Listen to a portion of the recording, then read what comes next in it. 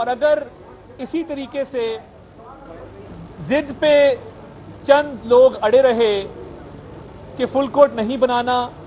4-3 के फैसले को, जो मंसूर अली शाह साहब का ऑर्डर आया है उसको 4-3 का फैसला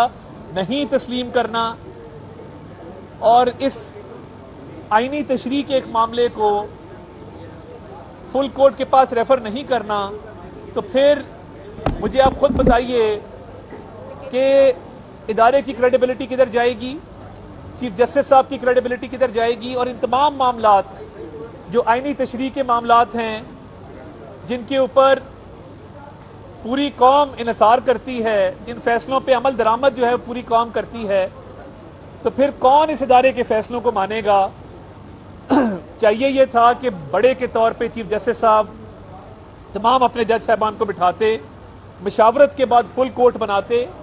ताकि तमाम पॉलिटिकल पार्टीज, पूरी कौम उन फैसलों को तस्लीम भी करती। मगर